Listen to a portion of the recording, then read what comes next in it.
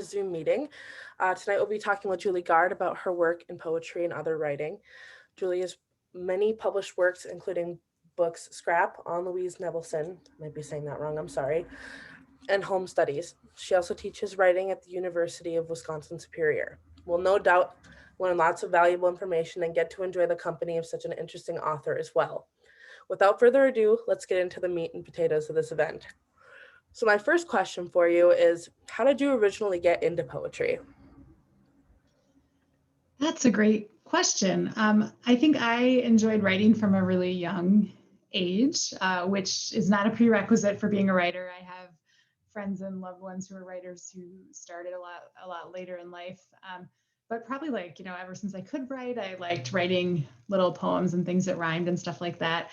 And then I was into poetry like in middle school. I think I did some kind of a summer program, and then in high school, and I was into fiction for a while. And in fact, my Master's of Fine Arts degree mostly focused on fiction, but I also always liked kind of experimenting with that line between prose and poetry, as you know from reading my prose poems. So there was like some time with fiction and then back into poetry, but with elements of, that sort of narrative streak as well.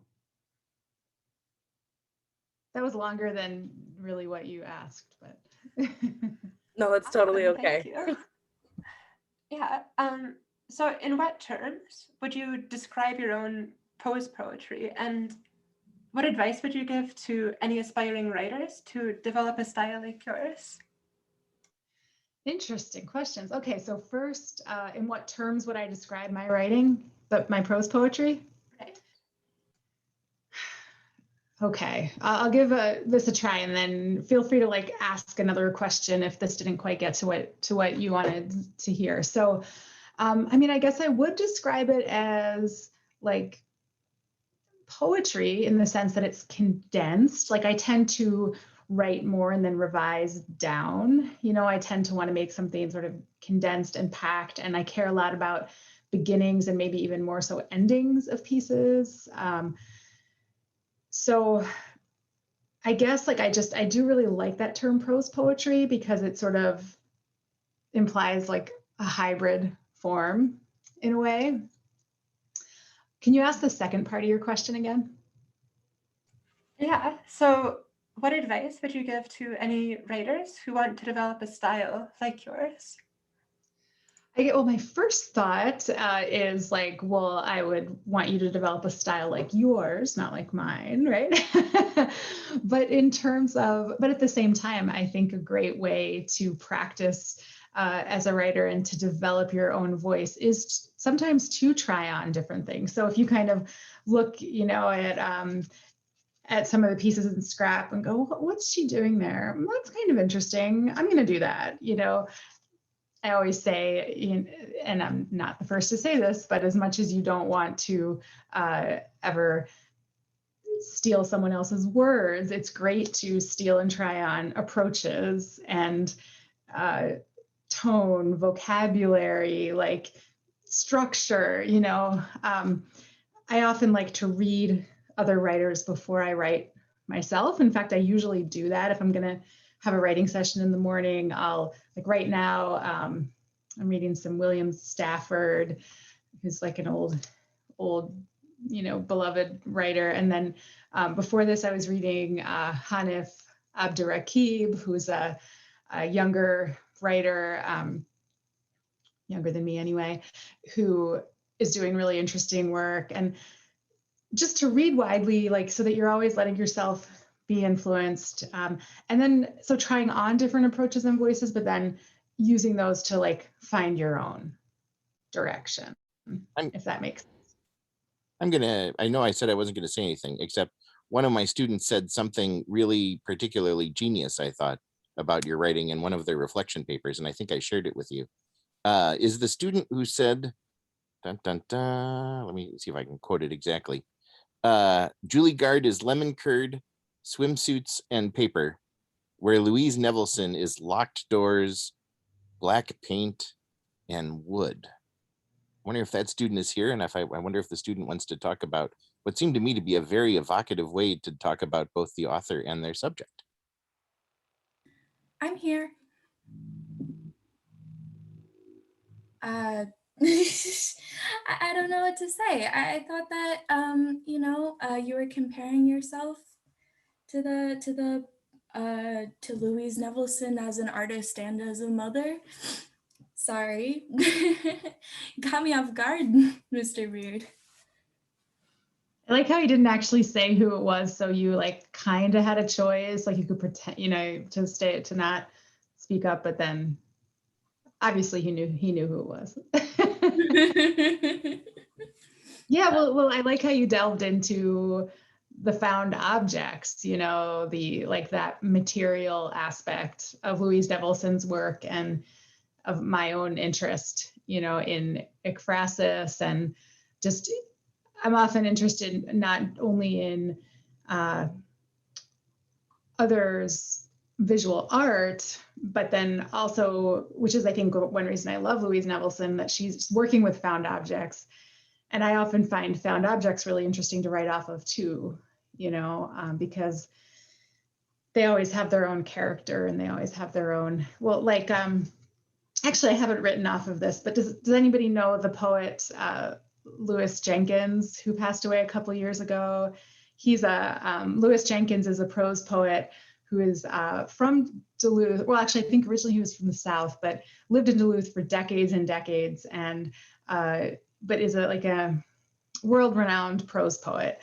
And anyway, he had a garage sale, and I got this, which I think I've actually stained, but I got this at his garage sale, and I have a couple other things around that are, so I feel like objects are just carry so much resonance, and they're good to have around, and they're good to write off of, as well as art, visual art. But yeah, thank you for those words, for that sentence, Eleanor. It was very poetic in its own right. Thank you. All right. My next question, why did you decide to write specifically about Louise Nevelson's work? When I was a grad student in the Masters of Fine Arts in Creative Writing program at the University of Minnesota in the Twin Cities, I liked to go to the Weissman Museum. Has anybody been there? It's the big silver building, like kind of at the heart of campus. It looks kind of like almost fairy tale like. And they had some of her work there. And I think it was one of the Sky Cathedral pieces. I'd have to double check. But anyway, they had one of her like big wall sculptures. And I just used to like to go and kind of hang out with it and spend time with it.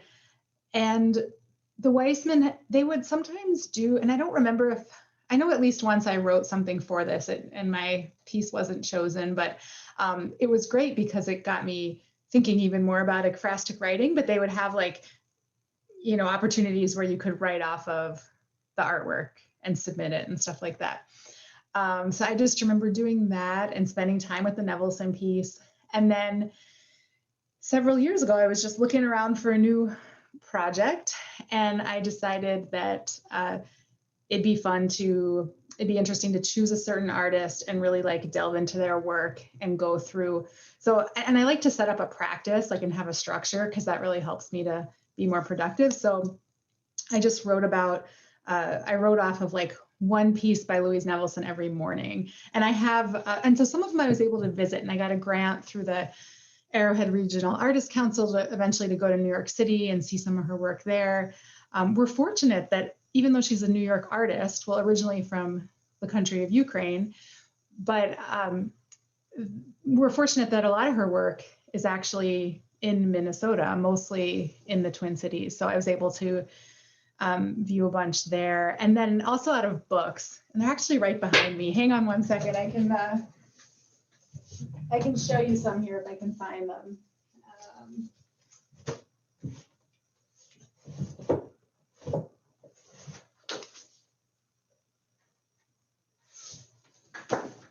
Okay, this isn't something I can normally do during class, like just have my like magic bookshelf right behind me. But so here's an example of like say books of her art. So I would just be like, okay, this morning I'm going to write about this. And I would, give myself 20 minutes and just write off of that piece. And I have one of my favorite books here, which is her book, Dawns and Dusks, which her assistant, and this one is all, well, mostly it's got like some illustrations in it, including some of her artwork, but a lot of it, I mean, it's just like a book, text of her, I think, speaking out loud to her assistant, and then she made a book out of it that really reflects a lot of her ideas about writing and some of her thoughts about parenthood and stuff like that. And I actually have a second copy. I know I'm going off track here, but I have a second copy of Dawns and Dusks that I received a couple of years ago. I got to meet Louise Nevelson's granddaughter, one of her granddaughters. Kind of a long story, but I had the chance to go to Ukraine, and I went to the small town, little village, like where, well, it was a town, but then she'd been born actually, I think, in the countryside where Louise Nevelson was from before her family emigrated. And then I came back, and I'd met somebody there who was interested in putting up a plaque to kind of commemorate that this great American artist was from this small town in Ukraine. And so I was able to meet her granddaughter, who helped secure some funding to do the plaque, and she gave me this copy. So anyway, like, since the book has been published, there's been some interesting stuff there with being able to travel to the village that she was from, and that her family had to leave in 1905, basically because as a Jewish family, their lives were at risk. There were a lot of pogroms, there was a lot of discrimination, and then villages were burned down and things like that. So they basically fled to the US at that point. So Louise Nevelson never went back, and I don't know if, at least the granddaughter that I met hadn't, although I don't know, maybe she'll go at some point to see the plaque. But, okay, that was total tangent, and I think it had started with what? Because I don't even remember now. I had asked why you specifically chose Louise Nevelson's work, so I think that was a perfect answer. Okay. Oh, and well, and of course I can think of more, even though maybe you want to move on to other things. But I guess just the found objects. I just love that she worked with found objects, and I just find her work for that reason so interesting to write off of, because there's so many like allusions in every piece. I feel like what's that toilet seat doing there? What's that bowling pin doing there? Where's that chair from? Yeah. Okay, that'll do. Awesome, thank you. And don't be afraid to go off track a little. I love hearing, whatever you want to talk about. I think it's really revealing. So, are there any poets, writers, or visual artists that have served as any special inspiration to you over the years? Well, I would say definitely Louise Nevelson and the visual artist category. And you said so other poets. Yeah, there are many. I would say in terms of prose poetry, I love Holly Iglesias' work. And she's also written, okay, now I'm tempted to go back to my bookshelf. Hang on one second. I think I can find it quickly. This is just gonna make me always want to hold class right here. Okay, so actually, I think that just the sort of visuals of scrap, I was partially inspired by this book called Boxing Inside the Box by Holly Iglesias, and the subtitle is Women's Prose Poetry. So you can kind of see it's got maybe like a similar aesthetic a little bit, and it's just really interesting about like gender and writing. And so this book is more like theory. Boxing Inside the Box is the title, again, by Holly Iglesias. And then she also has books of prose poetry that some of which where she's like looking at like historical times, or they're kind of linked, because I like that idea of linking pieces. Also Louis Jenkins, Louis Jenkins, yeah. I love his writing, and that was really exciting to move up here, and to meet him and everything, but also just to like kind of know that this was his like milieu, and to read his work while living up here and kind of let it inspire my own work. Yeah, I think it's just really good to be open to different influences. I recently read some work by Carmen Maria Machado, who also writes in kind of, at least the book that I read, in a more fragmented form or like shorter series of pieces. So those are just a few examples. Okay, sorry, I had to figure out how to unmute myself. Okay, how do you get inspiration for your work? Does it just hit you, or do you kind of have to cultivate it? I would say a combination of the two. Like sometimes it just strikes, but like I said, I do really like to have projects, or I find that works well for me to like have a project, you know. I mean, sometimes things just strike, but it helps to have like a regular practice, or as regular as possible, and then a project. So like, and a lot of times I'll sort of think up a project. So it's almost, I mean, I'm inspired to do it, but it's almost maybe a little more left brain than that, or a little more logical. Like, what should I do next? Like, what would be interesting? I'll try doing this every day for a while, you know, things like that. Like this year, I've been writing about masks, because basically the writing project I was working on before the pandemic, which was a series of lyric essays. So trying to go into a sort of a longer form than the prose poem, about attachment, like different forms of human attachment, and then also like how objects attach to each other, like paper clips and things like that. That I got about halfway done with, and then things got busy, the pandemic hit, and it was like, okay, I think I can't write about this right now. Somehow it wasn't working. And so I decided to write about masks, you know, for a year, and just because it's like, all right, that's going on, it's on my mind. So I've been looking at like historic masks, and I kind of have a similar approach. I won't get up and show you more books, but at my writing desk over there, I have a couple of big books that show all different masks, like from throughout history and from different cultures, and, you know, like shamanic masks, fencing masks, all that stuff. And in the fall, I wrote off of them in the mornings. And also just wrote too about my own experience with masks. Kind of like when I think of it now, like with this book, where there's some that are very ekphrastic, right? And then there's some that are more, some prose poems in here that are more like personal experience. And that's kind of what I've done with the mask ones. Like I have some mask prose poems that are more about like teaching with masks on, and you know, interacting with students with a mask on, or at the grocery store.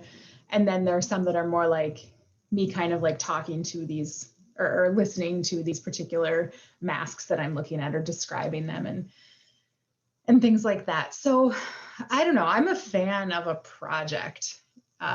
And that doesn't mean everybody works that way, or if you have a different system that works, then go for it. But if you feel like inspiration isn't striking as much as you wish it would, or you want to write pieces that connect to each other, or you're trying to do a longer work, then I think it's a great idea to set up a structure for yourself, you know, break it into chunks, which doesn't have to mean you write shorter pieces. I mean, that's kind of what I usually do, but at least manageable chunks of time, if you don't, unless you have 3 hours a day to work on a project, which is awesome, and the concentration to do so. So yeah, I think setting up projects for yourself and just sort of going with it can be really rewarding. And then you kind of, then the inspiration can strike sometimes like within that structure, but at least the structure's there. So you're like showing up at your desk and to do this work, and then it'll strike sometimes. Whereas if you just wait for it to strike, it might not be as likely to happen. You're sitting there in the field during the thunderstorm with like holding up a metal umbrella, I guess. Never a good idea. Great. So I have another question about how you write. How much time would you say that you spend doing different portions of writing? So like practicing, drafting, condensing, editing, polishing? Yeah, good question. Makes me want to like keep track with this math project so I can give you like a spreadsheet or something. But in terms of time, I mean, I can say like in terms of length of time, like so in the fall, I drafted this whatever it's going to become mask series, and then spring got totally sidetracked from it for about the last 5 weeks with just work, teaching responsibilities and all of those things. And just the weirdness of the pandemic, I feel like it's been harder for me to find the structure that works or like the separate space. Because in the old days, I would like do my writing at home and then go to campus and teach. And I wouldn't really think about teaching till I got to campus or my committee stuff or whatever. And now it's like all right here, right away. So anyway, it's been challenging, but typically I might spend like say for this project that is like 35 pages to start of writing, like continuous writing, that I drafted it over a semester. Then this semester I'm working on chopping it down or revising it or condensing it. And so my hope is to have a draft of that done by the end of the semester. And then some pieces I pulled out. So David had asked me for a submission or just had mentioned that this wonderful journal that he's working on publishing, Survive and Thrive. And I'd submitted some pieces from the mask project for that. So like pulled some things out and then worked on revising those and stuff.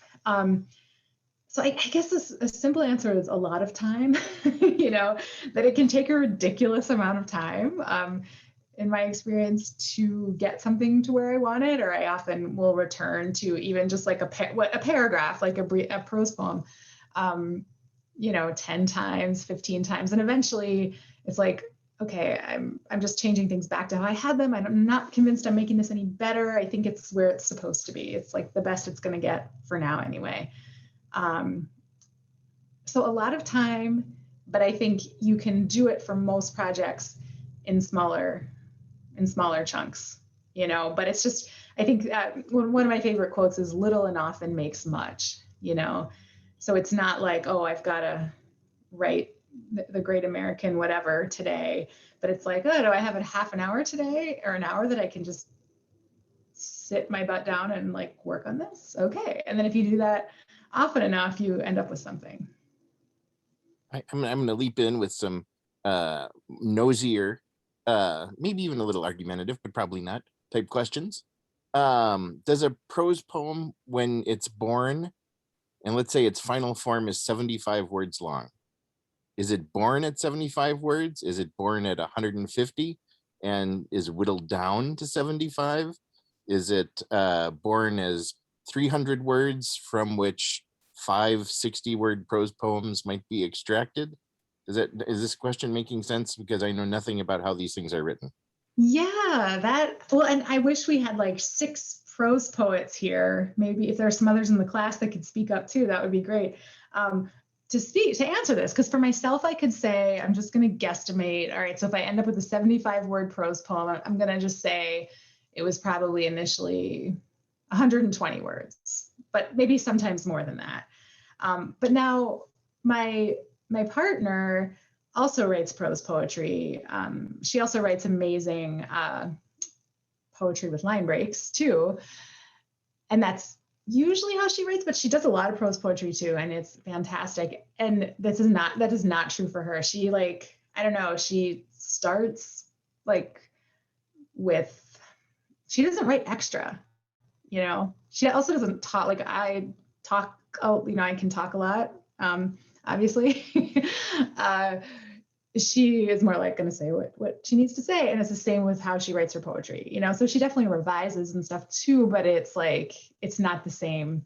It's a different process, So just speaking for myself, I can say that I overwrite and then pare down and trim down. So yeah, I'm going to say from 120 to 75 words. Thank you. Yeah. All right. How have your education and life experiences impacted your writing? Yeah, definitely a lot. I feel like in terms of education, I've been really fortunate to have like really good mentors, especially, well, I was going to say especially college and grad school, but then also in high school as well. And so those experiences educationally have been really important.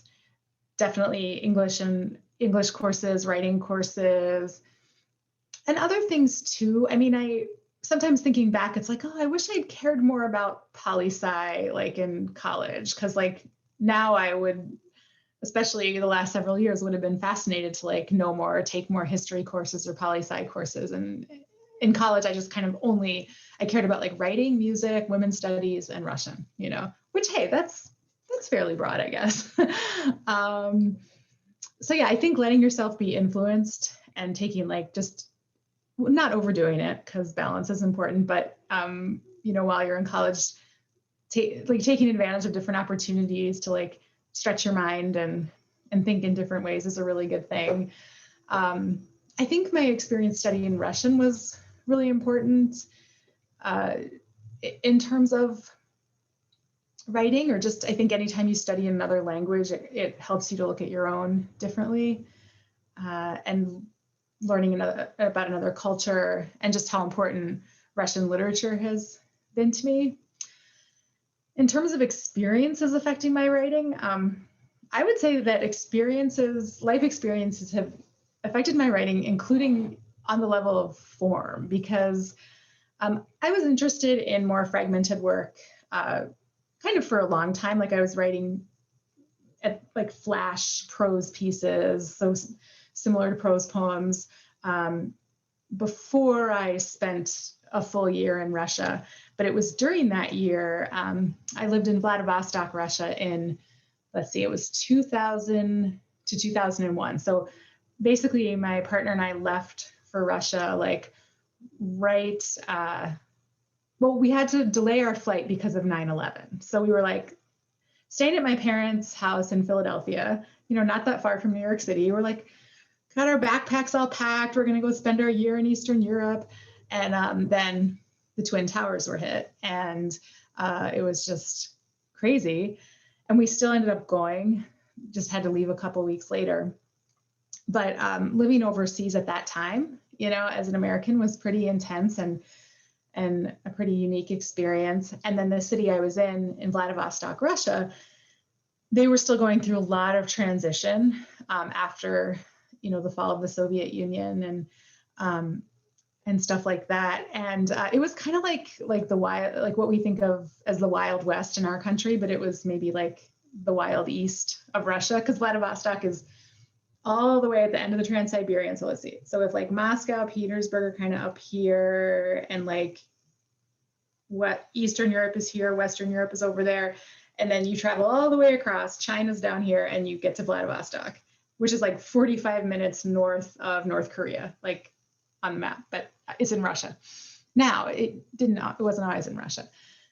But so it was pretty dangerous and really intense to live there. And like at the time I was writing fiction, but I just was like, this is like, life is so much weirder than fiction, and what I'm seeing, and how can I even write a pretend story right now? So I shifted more to nonfiction at that point, started writing, more like prose poetry. So, and in terms of fragmentation, like in a way, like things didn't make sense to me the way that I thought they were supposed to, having like a pretty like stable upbringing and stuff like that, and being used to like just feeling safe, in my life, which is kind of a privilege anywhere. And I know not everyone in this country gets to have that feeling, but I definitely did not have it in Vladivostok. And so I think in some ways it's affected my form. Do I even believe in like a certain kind of wholeness anymore that's not fragmented in a certain way, or that just feels more authentic to me and I love like other people's very continuous long narrative writing, but in my own work, I tend to want to fragment it in a certain way. Awesome, thank you. That is really enlightening to hear. So, including that, what aspects of your career, life, writing have you found most fulfilling and enjoyable? Most enjoyable aspects of career, life, and writing. Yeah, and I like to think that all those things can fit together nicely, you know. I mean, definitely like life and personal life is really important, I think, and kind of like nurturing relationships in one's life. And not, I can sometimes have like workaholic tendencies, as my partner could attest to. And it's like I have to keep that balance there, you know. I find is really important, and my life is most rewarding when I have that sense of balance, and I'm not overdoing it in other areas. That said, I do, you know, I do really value like being able to have a career in teaching, teaching at UW Superior, and working with students there, and then also getting to write. You know, so I think when things feel like I'm able to give like time to this, time to that, and it fits together, like that for me is like the most rewarding kind of way to live. And then when it's like, you know, and things get out of whack, or I overdo it on the work commitments and there's no time for writing and I'm tired at home, and, you know, then it's more that feeling of, okay, how do we get things back into balance here?